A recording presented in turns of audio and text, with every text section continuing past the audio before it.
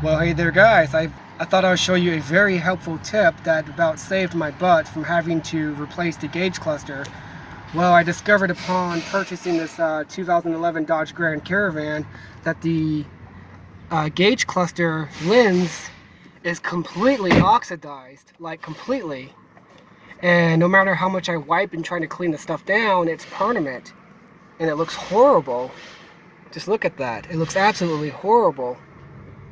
So I discovered a very, very easy fix for this that anybody can do. Go get this Meguiars PlastX.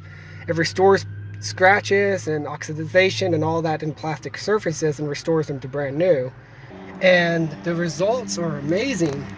This took me about 2 minutes to do, just this right here. It looks brand new compared to that side. So I thought I would show for anyone who's wondering how to fix oxidized gauge clusters. This is how you do it. With this stuff here and an applicator pad, and you just put some of that stuff on there and you just rub back and forth on the speedometer. Just go back and forth until you get it dry. You have to repeat the step a few times to get it coming out perfect like this. But like I said, it would take you less than 5 minutes to do. So that is all for now. Adios.